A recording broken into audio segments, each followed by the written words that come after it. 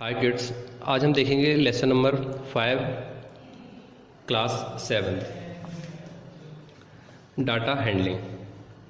अब data handling एक ऐसा चैप्टर है जो आपको 6th में भी उपयोग हुआ है, 7th में भी होगा और फ्यूचर में भी इसका यूज़ होगा। तो सबसे पहले हम डिस्कस करते हैं व्हाट इज़ डाटा। डाटा जब किसी विशेष इंफॉर्मेशन को किसी काम के लिए इकट्ठा किया जाता है उसको हम बोलते हैं डाटा। जैसे कि यहाँ पे आपको टेबल 3.1 में देखेंगे आप टेम्परेचर ऑफ द सिटीज़, मतलब अलग अलग सिटीज़ के टेम्परेचर। जैसे अहमदाबाद का maximum 38 degree Celsius, minimum 29 degree Celsius. तो ये जो इन्फॉर्मेशन जो कलेक्ट की गई है ये किसी विशेष रीजन से कलेक्ट की गई है, तो इसको हम क्या बोलेंगे, डाटा। अब यहाँ पे आप थोड़ा सा आगे आओगे तो इसकी डेफिनेशन आपको और क्लियर हो जाएगी। Collecting data. अब डाटा कलेक्ट कैसे किया जाता है? डाटा आपके पास ही बहुत सारा होता है, जैसे कि आपके मार्क्स जो आपको फाइनल एग्ज़ाम में मिलते हैं और जो आपको मार्कशीट मिलती है वो भी एक कलेक्शन ऑफ डाटा ही है। या फिर हॉस्पिटल में जिस तरीके से पेशेंट का रिकॉर्ड रखा जाता है वो भी एक डाटा है। आपने देखा होगा न्यूज़ चैनल पे कई बार आपको ग्राफ के जरिए वेदर रिपोर्ट समझाई जाती है, वो भी एक डाटा ही है। अब ऑर्गेनाइजेशन ऑफ डाटा। अब डाटा कलेक्ट करने के कुछ फ़ायदे होते हैं, हम यहाँ देख लेंगे। Performance of your class in mathematics.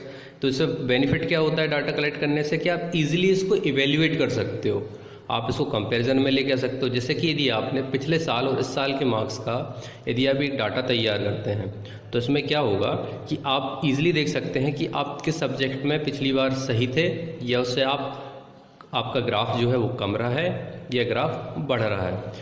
तो इससे हमें ईजिली अंडरस्टैंडिंग होती है। दूसरी चीज़, इसमें समझने में बहुत आसानी होती है। इसमें आप इजीली समझ सकते हो कि किस तरीके से कौन सी डिजिट बढ़ रही हैं, कौन सी डिजिट कम हो रही हैं। अब यहाँ पे हम देखते हैं ऑर्गेनाइजेशन ऑफ डाटा। अब डाटा को किस तरीके से ऑर्गेनाइज किया जाता है। अब यहाँ पे आप देखोगे Miss Neelam, class teacher, wanted to find how children had performed in English. She write down the marks obtained by the student in the following way. उन्होंने एक तरीके से एक टीचर ने अपने स्टूडेंट के मार्क्स लिखे हैं और उसको अरेंज किया है कुछ इस तरीके से।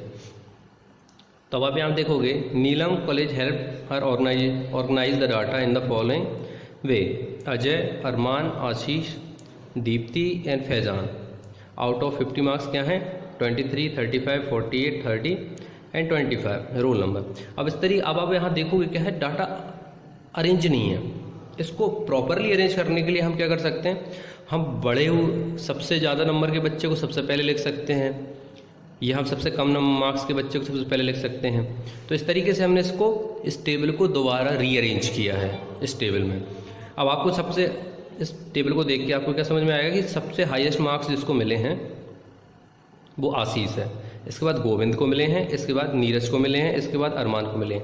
बट यहाँ क्या हो रहा था, यदि आप इस लिस्ट को देखोगे तो अनऑर्गेनाइज थी, इसमें ऑर्गेनाइजेशन नहीं था। अब यहाँ पे आप देखोगे तो इसको एक प्रॉपर वे में ऑर्गेनाइज कर दिया गया है।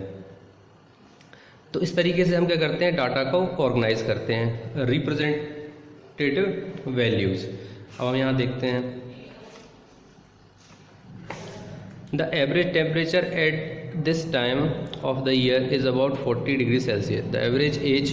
तो इसमें क्या होता है, एवरेज एज लेके चलते हैं। जैसे कि एक ही क्लास में बहुत सारे बच्चे हैं, उनकी एज ग्रुप अलग अलग है, तो हम एक एवरेज निकाल लेते हैं कि हो सकता है कि यहाँ पे पूरे बच्चों की एज लगभग 12 साल है। क्योंकि जब बच्चे 8th में आते हैं तो जनरली एज जो उनकी होती है 11, 12 या 13 साल होती है। तो इसका जब आप एवरेज निकालोगे तो 12 ईयर ही निकल के आती है। तो हम एक एवरेज ले लेते हैं। वैसे यदि आपकी कोई सिटी है तो सिटी में जो टेम्परेचर चल रहा है पूरे 1 महीने से 1 साल का, तो उस पूरे एवरेज को आप प्लस करोगे और टोटल नंबर ऑफ डे से डिवाइड कर दोगे तो एक एवरेज निकल आएगा। उस एवरेज से आपको पता चलता है कि लगभग इतना टेम्परेचर होता है।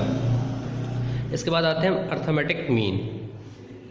The most common representative value of the group data is arithmetic mean और the mean. To understand this in a better way, let us look the following example. अब अर्थमेटिक मीन ये बहुत कॉमन तरीका है represent करने का। अब इसमें क्या किया जाता है, अर्थमेटिक मीन में हम टोटल वैल्यू लेते हैं और टोटल आइटम लेते हैं, नंबर ऑफ आइटम लेते हैं। जैसे कि एग्जाम्पल लेते हैं कि आपके मार्क्स साइंस में, मैथ्स में, हिंदी में, इंग्लिश में, संस्कृत में, जो भी लैंग्वेज, जो भी सब्जेक्ट आपके हैं, तो यहाँ पे टोटल मार्क्स आएंगे, जितने मार्क्स आपको मिले हैं उनका टोटल आएगा। और यहाँ पे आप क्या लिखोगे, नंबर ऑफ सब्जेक्ट, 4 सब्जेक्ट हैं, 5 सब्जेक्ट हैं। इससे आप परसेंटेज भी निकालना बोल सकते हो, जैसे कि आपकी मार्कशीट में यूज़ किया जाता है। अब इसको और अच्छे से समझने के लिए इसका एक फॉर्मूला है, sum of all observation upon number of observation.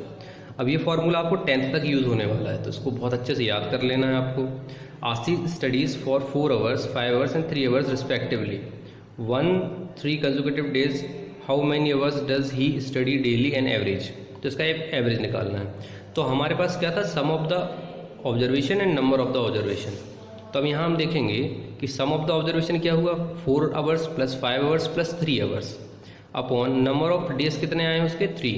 तो यहाँ पर आप प्लस करोगे तो क्या आएगा, 4 आवर्स पर डे उसकी स्टडी चल रही है। तो इस तरीके से आप मीन का यूज़ करते हो एक एवरेज निकालने के लिए। सेकंड एग्जांपल से आप और अच्छे समझ सकते हो। एक बैट्समैन है, उसने स्कोर किया है कितना, 6 इनिंग्स में। तो नंबर ऑफ ऑब्जर्वेशन कितने हैं, 6 हैं।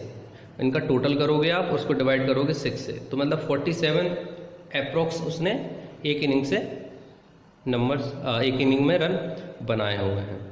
तो इस तरीके से आप समझ सकते हो कि अर्थमेटिक मीन का यूज़ कैसे किया जाता है। इसको आप एक एवरेज भी बोल सकते हो। अब इसी चैप्टर में हम बात करते हैं range. What is a range. तो रेंज में आप देखोगे the difference between the highest and the lowest observation. कोई भी डाटा जो आपने कलेक्ट किया हुआ है उसमें हाईएस्ट जो आपका ऑब्जर्वेशन है और लोएस्ट ऑब्जर्वेशन, यदि आप इनको माइनस करोगे तो उसकी रेंज निकलती है। जैसे कि यहाँ दिया है age, the ages in year of the 10 teachers of a school.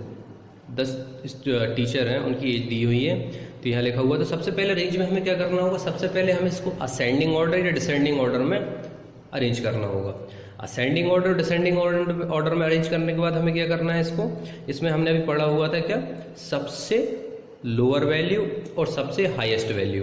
तो सबसे कम वैल्यू क्या थी, 23 थी, और सबसे हाईएस्ट वैल्यू कितनी है, 24 है। आप इसका माइनस करोगे तो कितना आएगा आपका, 31 ईयर आ जाएगा। तो ये आपकी रेंज होगी। तो आप हमने क्या पढ़ा है, हमने 2 चीज़ें पढ़ी हुई हैं। The first thing is arithmetic mean, the second thing is range. और हमने पढ़ा है कि हम डाटा को किस तरीके से वेल वे में ऑर्गेनाइज करते हैं। तो इसको आपको एक बार दोबारा पढ़ लेना है और इसके जो फॉर्मूले और इम्पोर्टेंट पॉइंट्स हैं उन्हें याद कर लेना है। Thank you.